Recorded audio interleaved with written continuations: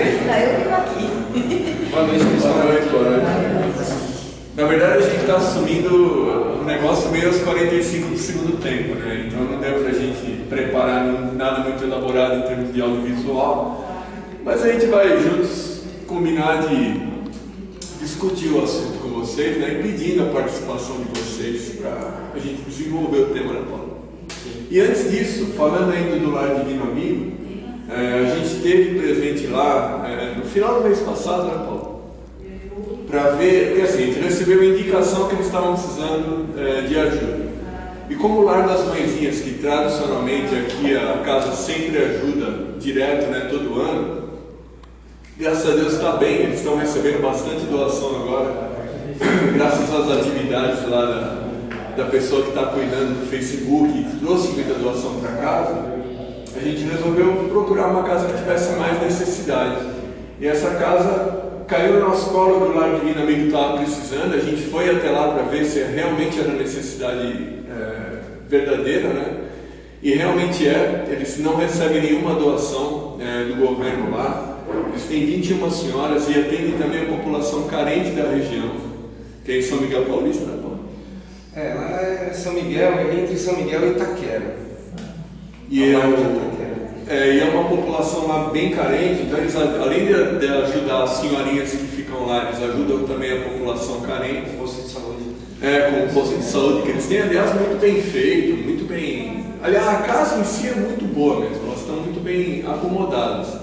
Mas como elas não recebem nenhuma doação de governo, é só doação de voluntários, e a folha de pagamento delas é de 60 mil reais por mês, e eles estão conseguindo só 40 mil. Então tem uma defasagem aí e a gente está tentando equilibrar um pouquinho, né? Muito pouco com isso, na verdade, com a doação daqueles itens lá. E a gente vai dia 15 de novembro, quem quiser acompanhar a gente, naturalmente vai poder ir junto para conhecer, e quem puder contribuir, a gente agradece. Em nome delas. É isso aí, Paulo. Isso mesmo.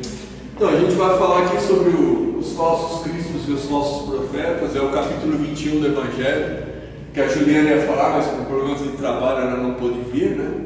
Então a gente assumiu para conversar isso com vocês. E o Paulo vai ler aí a primeira parte, né, que os apóstolos colocaram sobre as colocações de Cristo, e a gente vai desenvolver junto com vocês. Eu acho que assim, antes da gente começar a nossa conversa, para tentar entender o que é um profeta, né? De acordo com assim, o senso comum popular, e o que é ser um profeta no sentido evangélico do termo, né, do Evangelho de Jesus, e entender quem são esses falsos profetas, né, como a gente pode reconhecer, como a gente pode se resguardar deles também, para não cair nessa conversa, né? Vamos aqui então só pegar trechos curtos do Evangelho de Lucas, de Mateus, e de Mateus de novo, né, e Marcos, que ilustram essa passagem aqui, do capítulo 21, né? Conhece-se a árvore pelos bons frutos, porque não é boa a árvore, isso é Jesus dizendo, porque não é boa a árvore que dá maus frutos, nem má árvore a que dá bons frutos, porquanto cada árvore é conhecida pelo seu fruto. Porque nem os homens colhem figos dos espinheiros, nem dos abrolhos vindimam uvas. O homem bom, do bom tesouro do seu coração, tira o bem, e o homem mau, do mau tesouro, tira o mal. Porque do que está cheio o coração, disso é que fala a boca. Essa é uma frase bem conhecida, né? Diz que do que está cheio o coração é que fala a boca, no Evangelho de Lucas. O outro trechinho de Mateus diz o seguinte: guardai-vos dos falsos profetas, que vêm a vós vestidos de ovelhas, por dentro são lobos roubadores. Pelos seus frutos os conhecereis. De novo, frutos, né? Frutos no sentido de obras, de ação, né? De coisas concretas. Porventura os homens colhem uvas dos espinheiros ou figos dos abrolhos? Assim toda árvore boa dá bons frutos e a árvore má dá maus frutos. Não pode a árvore boa dar maus frutos, nem a árvore má dar bons frutos. Toda árvore que não dá bons frutos será cortada e lançada no fogo. Assim, pois, pelos seus frutos os conhecereis. Você vê que interessante? É a mesma passagem, né? São as mesmas palavras de Jesus, só que Primeiro você tem aqui a interpretação de Lucas, né? Depois a visão de Mateus. E por último, né? E respondendo, Jesus lhes disse: Vede, não vos engane alguém, porque virão muitos em meu nome, dizendo, eu sou Cristo, e enganarão a muitos. E levantar-se-ão muitos falsos profetas, e enganarão a muitos. E porquanto multiplicar-se-á a iniquidade, e se resfriará a caridade de muitos. Mas o que perseverar até o fim, esse será salvo. Então, se alguém vos disser, olhai, aqui está o Cristo, ou ele acolá, não lhes dê crédito, porque se levantarão falsos cristos e falsos profetas, que farão grandes prodígios e maravilhas tais, que se for possível, até os escolhidos se enganariam. Interessante, né? Daqui a gente já pode tirar os pontos bacanas para a gente desenvolver, né? Primeiro que é Cristo, né? Qual é o significado da palavra Cristo? Alguém gostaria de responder? Jesus Cristo. Vocês sabem o que quer dizer Cristo? Não? Ninguém? Ninguém nem arrisca. Chuta, não. Jesus era o nome dele mesmo, né? Em hebraico, Yeshua.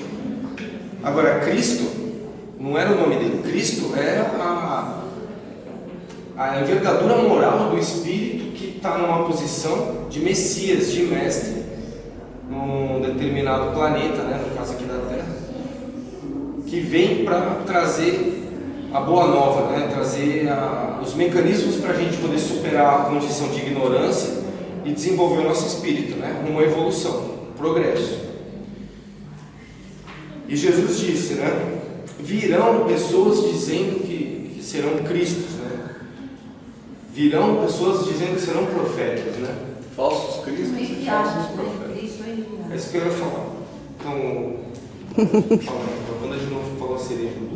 Não, na verdade é o seguinte, até uma colocação interessante. Qual é o significado da palavra profeta? Profeta? Profeta, se você pegar no sentido vulgar, profeta é a pessoa que está prevendo o futuro, né? Mas a gente sabe que na questão numa visão mais ampla, né, uma visão evangélica da palavra do profeta, ela é uma pessoa que tem todo um avanço moral, né? Ela tem todo um cuidado de perceber o avanço moral e alavancar o avanço moral. E não necessariamente profeta, nesse sentido, está ligado com a questão da previsão, né? Aliás, só uma colocação antes, que eu acho que é pertinente, quando Jesus comentou sobre essa passagem dos falsos profetas, com os apóstolos, eles estavam no Monte das Oliveiras. E o Monte das Oliveiras, ele estava de frente para o maior templo que tinha em Jerusalém. E por uma coincidência, ou não, né, porque não existe coincidência, eles estavam ornamentando o templo com fios de ouro, para, em teoria, agradar a Deus, né? E os apóstolos comentaram isso com Cristo, falaram, olha lá, eles estão ornando com ouro para agradar a Deus, né? Aí diz que o Cristo literalmente falou assim, em verdade vos digo, né?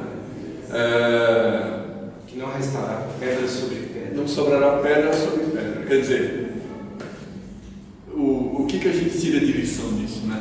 Que não é importante a pessoa... O importante não é o material, o importante não é a ostentação, o importante é o lado moral das ações, né? Mas vamos lá, complementei o que você estava falando.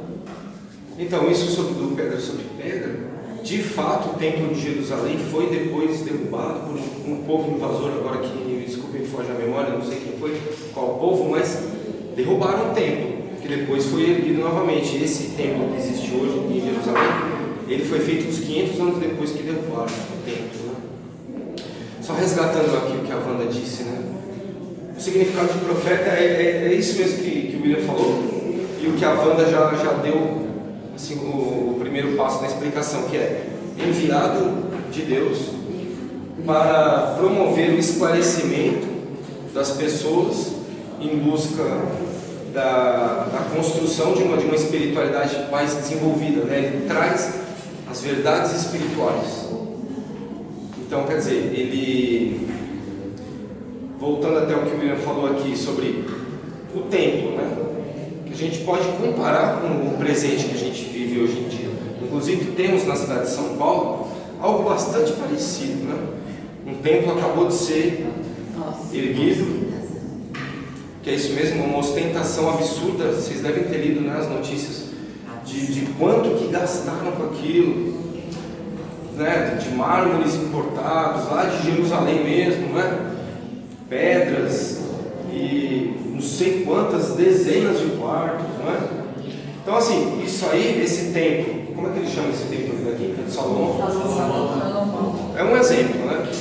A gente não precisa nem dizer de quem é, de qual religião, porque vocês conhecem bem, né? O problema não é a religião em si, mas é a forma com que se faz as coisas, né? Até pegando esse gancho do Paulo, né? Nós como espíritos, a gente tem que ter por obrigação respeitar todas as religiões, né? Mas a religião é uma coisa, né? Seus líderes e a forma como isso é colocado é uma outra história. A gente não precisa citar nomes mesmo, né? Mas só para mostrar como a gente tem realmente que respeitar a religião que não é a nossa, né? Eu posso dar o exemplo do Chico. O Chico, ele tinha, se não me engano, 8 irmãos, né? Chico, 1 milhão de irmãos o Chico tinha lá, da família dele. E ele, quando ele recebia a visita das irmãs, ele tinha 2 irmãs que eram extremamente católicas.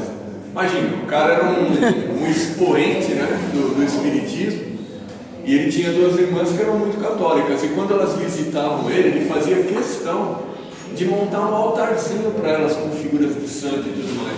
Porque ele tinha devoção pelos santos? Lógico que não, mas porque ele respeitava e sabia que elas iam estar felizes e se sentir em casa dessa forma, né? Então nós temos que ter esse respeito com todas as religiões, né? Isso tem que estar dentro do espírita, né? Mas isso não significa que a gente precisa concordar com tudo, não é isso? E não se pode esquecer também que esses grandes templos, eles são fruto do dízimo das pessoas de boa fé, porque se existem líderes que fazem mau uso do dinheiro, que além desses templos eles se proporcionam uma vida de soberba, é problema deles, porque cada um responde por aquilo que faz. O que não se pode esquecer é que aqueles fiéis que vão lá e colaboram com aquele dízimo, eles procuram seguir o evangelho, os ensinamentos cristãos, ele procura ser uma pessoa boa, né? Então, e melhor, não pode esquecer disso, porque são muitas criaturas oferecendo dízimo para construir uma coisa tão suntuosa, né? Então tem muita gente na nossa humanidade que é do bem, né? Que faz as coisas por amor e com muito sacrifício. Eles doam aquele dízimo, acreditando que aquilo vai agradar a Deus, né? Então a responsabilidade de cada um fica por conta de si mesmo. A gente não pode mesmo julgar, mas nós não podemos esquecer que se existem obras tão grandiosas, também no catolicismo, o maior dinheiro do mundo está em Roma, né? Exatamente. Então, a gente não pode esquecer que isso é fruto da minoria, das pessoas da humildade e que estão fazendo aquilo com amor e cheio de fé e devoção, pensando em fazer o bem, né? Não pode esquecer disso. Continue. A gente de fato tem que fazer isso mesmo que você falou, William. Sempre respeitar as religiões, as crenças, que as pessoas têm a liberdade de escolher. A gente tem que estar preocupado com a nossa reforma íntima, não é? Em fazer o bem, em servir. Então, assim, não vamos nos colocar nunca contra religião nenhuma. Por outro lado, é dever de todo cristão e de todo espírita, isso está no Evangelho segundo o Espiritismo, que todo homem honesto tem a obrigação de desmascarar os falsos profetas, né? Então, por isso, a gente não precisa necessariamente dar os nomes aos bois, mas a gente pode começar falando do que caracteriza esses falsos profetas, né? Quem eles seriam, né? Eles são muito similares hoje em dia dos que haviam na época de Cristo. Você gostaria de começar a falar sobre isso? Então, a gente pode falar que tem muitas características que são muito próprias, né, dos falsos profetas. E o próprio Jesus já dizia, né? Marcos, só te interromper. Claro. Vamos pensar também, gente, que tem 2 categorias de profetas aí: dos encarnados e dos desencarnados. Então vamos começar pelos encarnados. Sim, pelos encarnados. Então, basicamente, um falso profeta, ele ele pode ser caracterizado por quê? Pela ostentação das roupas, pela ostentação dos templos, né? Pela forma como ele se coloca, enfim, quando ele está falando alguma coisa, ele sempre é muito enfático, sempre é muito vigoroso, autoritário, né? Ele sempre acredita que a única verdade que existe é a verdade que ele está falando, né? Ele é fechado para ouvir outras verdades e outros tipos de ponto de vista, né? O que mais a gente pode falar? Ele se julga um enviado de Deus, né? Ou seja, ele se coloca num patamar acima dos outros, né? Essas são as características mais básicas de um falso profeta, né? Acho que é a mais básica, né? Sim, a retórica. Toda a retórica de convencimento, né? Convence, exatamente. A característica principal aí, que é a fundante de tudo isso que você falou, é o quê? É o apego ao materialismo. Quando a gente vê uma pessoa que cria algum tipo de seita ou de religião em que vá ganhar um benefício próprio com isso, então a gente vê que sempre está em busca do quê? De dinheiro, de poder e de fama. É sempre nesse tripé: dinheiro, poder e fama, que são características, notadamente, da materialidade. Dinheiro a gente precisa para viver na sociedade que a gente vive, né? Como eu estava comentando com o William, não vamos negar a materialidade. O Espiritismo não faz isso, negar a necessidade de se reconhecer dentro do mundo material, tendo posse por empréstimo temporário de um corpo físico que a gente tem que cuidar bem para poder realizar nosso trabalho, né? É importante a gente viver assim de uma forma o mais simples possível, mas temos contingências na sociedade, a gente precisa trabalhar, temos contas para pagar, né, gente? Não vamos imaginar que o avanço espiritual está em você se despojar de tudo isso daí e viver no alto de uma montanha, né? Não é. Nós somos seres gregários, né? E o Espiritismo ele enfatiza isso, que a gente está aqui para viver na coletividade, em sociedade, né? Para a gente dividir as coisas, a gente juntos partilharmos de todas as dificuldades e todas as alegrias que existem em viver junto. Falso profeta, então, é aquela pessoa que está querendo sempre, através dessa mistificação, né, da utilização dos chamados prodígios, convencer as pessoas de que ele é um ser iluminado, superior, que vai conduzi-los para algum tipo de salvação. E não se pode esquecer que esses falsos profetas, eles não estão sozinhos nessa profetização. Eles são envolvidos por falsos profetas da espiritualidade, que induzem eles a cada vez mais, porque é a atração, é a afinidade. A gente sabe que ninguém nunca está sozinho, né? Então eles têm uma força muito grande do plano espiritual, daqueles espíritos que ajudam ele a convencer as pessoas. Não é sozinho. Espíritos menos evoluídos, né? Lógico, né? São os falsos da espiritualidade. Né? E a inteligência é usada para o bem e para o mal, com livre-arbítrio, nós sabemos disso, né? Que são o que o Paulo tinha falado, né? Dos espíritos, dos profetas os falsos profetas desencarnados. Né? Sim, já ia chegar lá. Só deixa eu completar o que eu estava dizendo. Acho que é bom a gente entender o que quer dizer prodígio. Prodígio e milagre, né? O que vem a ser isso? É tudo que, através da ciência ou da forma com que a humanidade se coloca no entendimento possível nesse determinado momento histórico que vivemos ou em outros que passaram, do que eles poderiam verificar, comprovar e entender de alguma forma. Tudo que não fosse entendido, que estivesse no campo do mistério, era tomado como um milagre, né? Como um prodígio. E esse é um outro ponto também que a doutrina espírita vem para combater. Por um lado, ela foi acusada, né, no seu início, justamente de promover esses prodígios, para poder ludibriar as pessoas, como se os espíritas fossem eles falsos profetas, né? Só que não, fica provado, né, o trabalho todo de Allan Kardec, dos espíritos superiores, e demonstra que veio justamente esclarecer, tirar o véu desse tal mistério da ignorância, né? Então a gente já falou aqui outras vezes, é bom lembrar que os milagres, da forma com que se compreende, que são ações dadas assim na conta de poderes sobrenaturais que as realizaram, né? De algo assim totalmente fora do alcance do domínio humano, eles não existem, né? Os milagres que algumas religiões colocam como coisas impossíveis, né? Não existem. O que a gente chama de milagre, na verdade, tem uma explicação toda fundamentada, né? Que a parte científica do Espiritismo traz, a respeito das leis da natureza, das leis de Deus, né? De manipulação de fluidos e de ondas magnéticas que nós ainda não compreendemos tão bem, mas que é dessa forma que Jesus curou as pessoas no tempo dele, depois também os seus discípulos, né? E hoje em dia também todo o trabalho que é feito assim, ele vem por conta disso, dessa assistência espiritual, né? Positiva também, que a Wanda até lembrou do lado obscuro, né? Que a gente já vai daqui a pouco entrar nisso. E o Paulo falou um negócio aí que, se a gente for pensar, para o homem das cavernas, um trovão era um milagre, né? E conforme a ciência avança, os milagres vão sendo desmistificados, porque a gente vai tendo entendimento, não é isso? De que nada mais é do que uma lei natural que ainda não foi explicada. Sim, isso mesmo.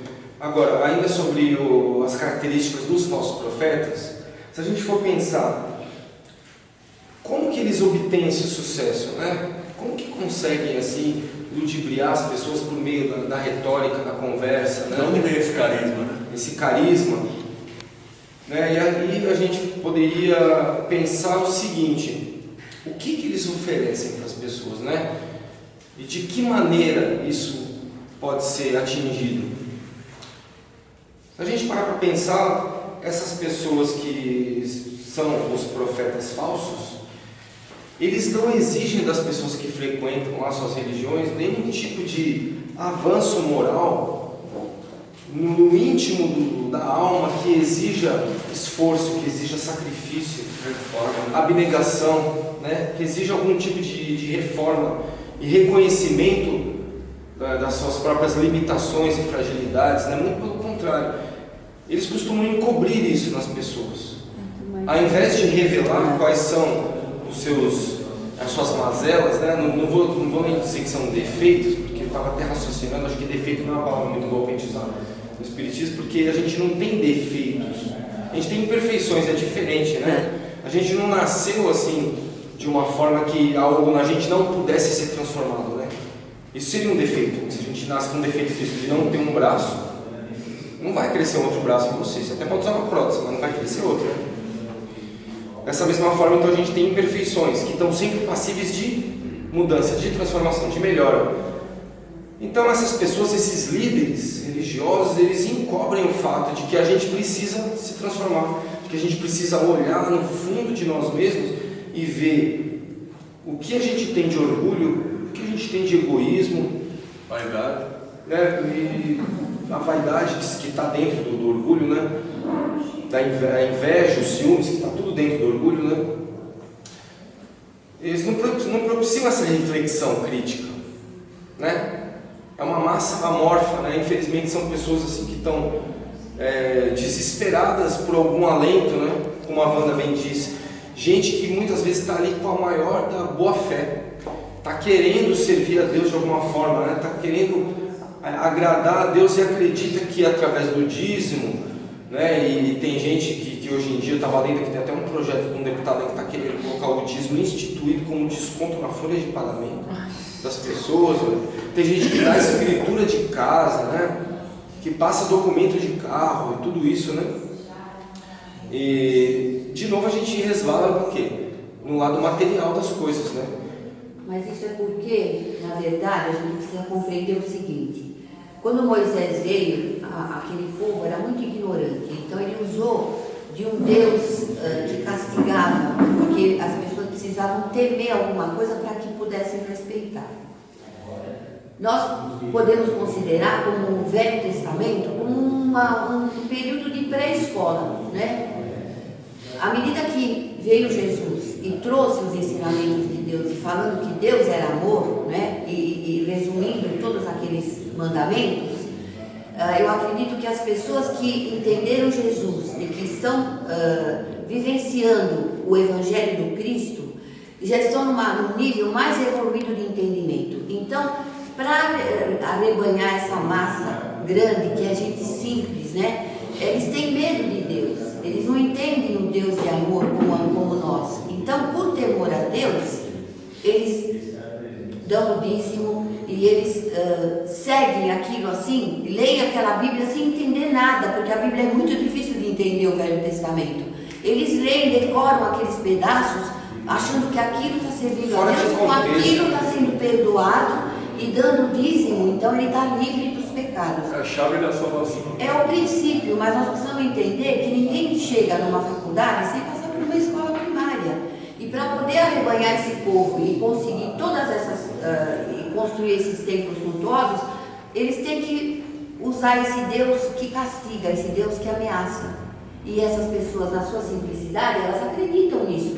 E acreditando nisso, elas andam na linha. Elas fazem tudo direitinho, porque elas acham que tem que ser assim. A gente precisa entender a evolução. Nós estamos num mundo de muita mistura. Nós temos espíritos de toda ordem aqui. Então a gente precisa compreender que esses, pelo menos, eles estão andando na linha. Se é por medo, uma hora vai passar esse medo, uma hora eles vão entender o que eles abriram os olhos, mas ainda não tem também a noção do amor próximo, né? Exatamente. Então assim, andar na linha seria, vamos dizer, primeiro começa não fazendo o mal. Só que a gente tem que mal. fazer o bem, né? Não basta só não fazer o mal. Ouvir os 10 mandamentos, mas eles até fazem, eles também distribuem cestas básicas, tudo, mas quem que leva tudo isso lá?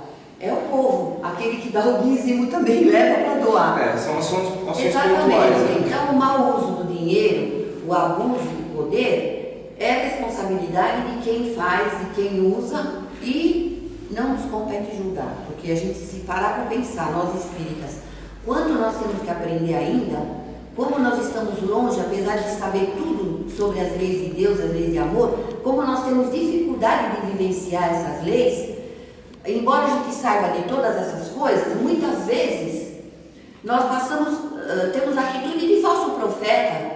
Nós às vezes não assumimos uma situação verdadeira por causa de sociedade, de tanta coisa. A gente pode ser falso profeta em alguns momentos também. Então a nossa preocupação justamente tem que ser essa, de cuidar do nosso interior, da nossa reforma íntima, da vivência, de vivenciar o Evangelho do Cristo através do amor ao próximo, da fraternidade, aquilo que o Cristo ensinou.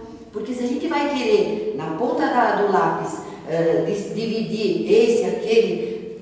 Gente, quando nós estamos com as energias ruins, quando nós estamos irados com alguma coisa, isso acontece com a gente em qualquer momento. Nós atraímos espíritos que